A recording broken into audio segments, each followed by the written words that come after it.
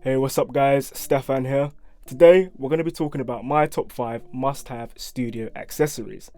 Now, we often spend a lot of time talking about the exciting parts of building a studio, the computers, the studio monitors and MIDI controllers, but we often neglect the parts that bring it all together, the accessories. So we're going to spend a bit of time looking at the top 5 must-have studio accessories according to me, to have in your home studio. Now we're going to start with the most kind of obscure, the things that you probably wouldn't think about straight away, or at least I didn't think about straight away when I was building my studio, and work our way to the kind of most obvious things that you're probably not going to forget, but if you're a beginner you might do. So without further delay, let's get to it. Number 1, the circle based stand.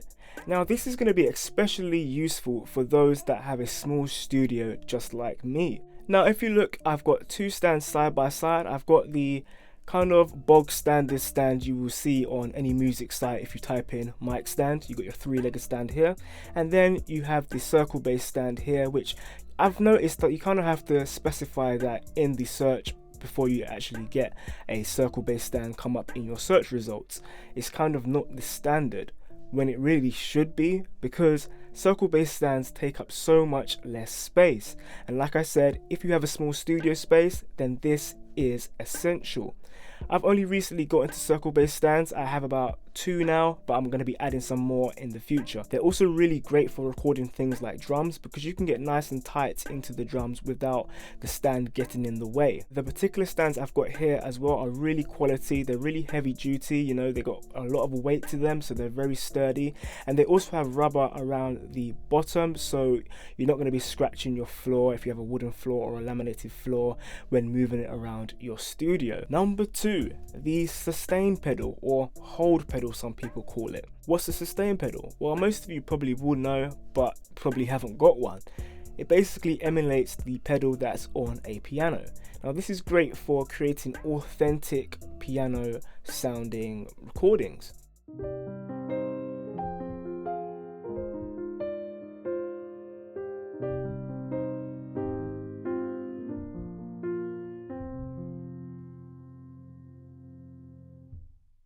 Without one, it can become very obvious that it's a sampled piano, that it's a MIDI controlled piano and not an actual authentic one. So a hold pedal allows us to breathe some life into our recordings to make it sound natural and real. Another cool thing about these hold pedals and sustain pedals, some of your high-end sample libraries will actually cater for them. By that I mean they will actually play back a sample when you press your foot down on the sustain pedal.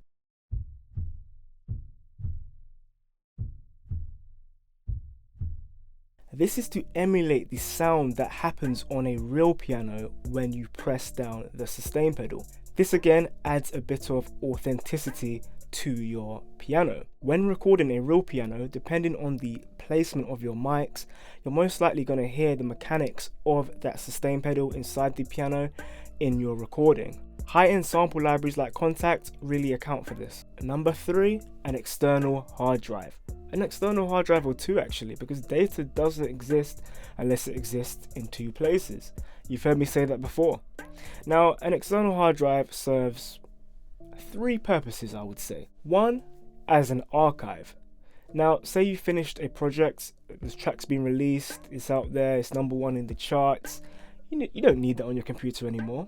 It's just taking up space. Put it on your hard drive. The great thing about audio is that it can be compressed down to such a small size. The second purpose for an external hard drive is to store your sample library. If you use Logic, then you will know that the samples on Logic are no joke. They are huge, there's a lot of them. So it's a good idea to put them elsewhere, not to have them on your computer, because that one can slow your computer down. And 2, some argue that Logic runs better running your samples off an external hard drive.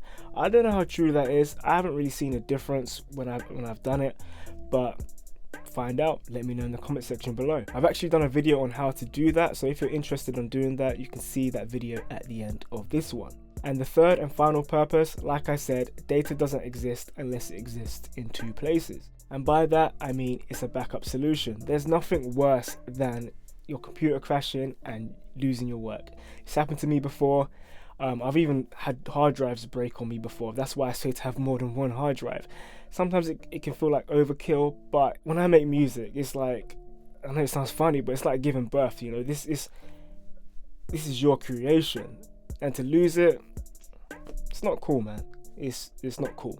So back your stuff up. I use Dropbox, sometimes Google Drive, and I have external hard drives. Anyways, number 4.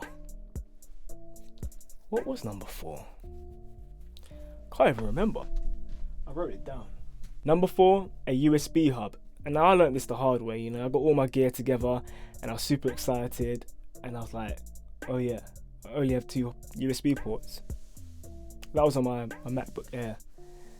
Now that's frustrating, especially if you just set up all your studio, you just got all your bits together and you're ready to go, and then you realize I can't put it all together. This is kind of integral. This is probably for the bedroom studio. A lot of people using laptops. This is super important to have. If you've got a computer, then you have a bit more leeway, a bit more space. But even so, even on my iMac, I have to use USB hubs sometimes because I may have my machine, a couple of hard drives, the iLock dongle that has to always be in there, which is super annoying. That's for things like Antares.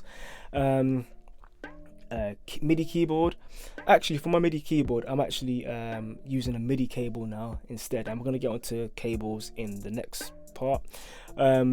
Because I ran out of USB spots, so I'm using a MIDI cable going to my audio interface instead. But anyway, we digress. A USB hub is also great for accessibility. If like me and you have an iMac, going behind the iMac, putting wires and taking them out is super long, and I get weary as well because it's such a nice display. I don't want to be going over it or going under it and damaging my display. So a USB hub is nice and accessible, so get a USB hub.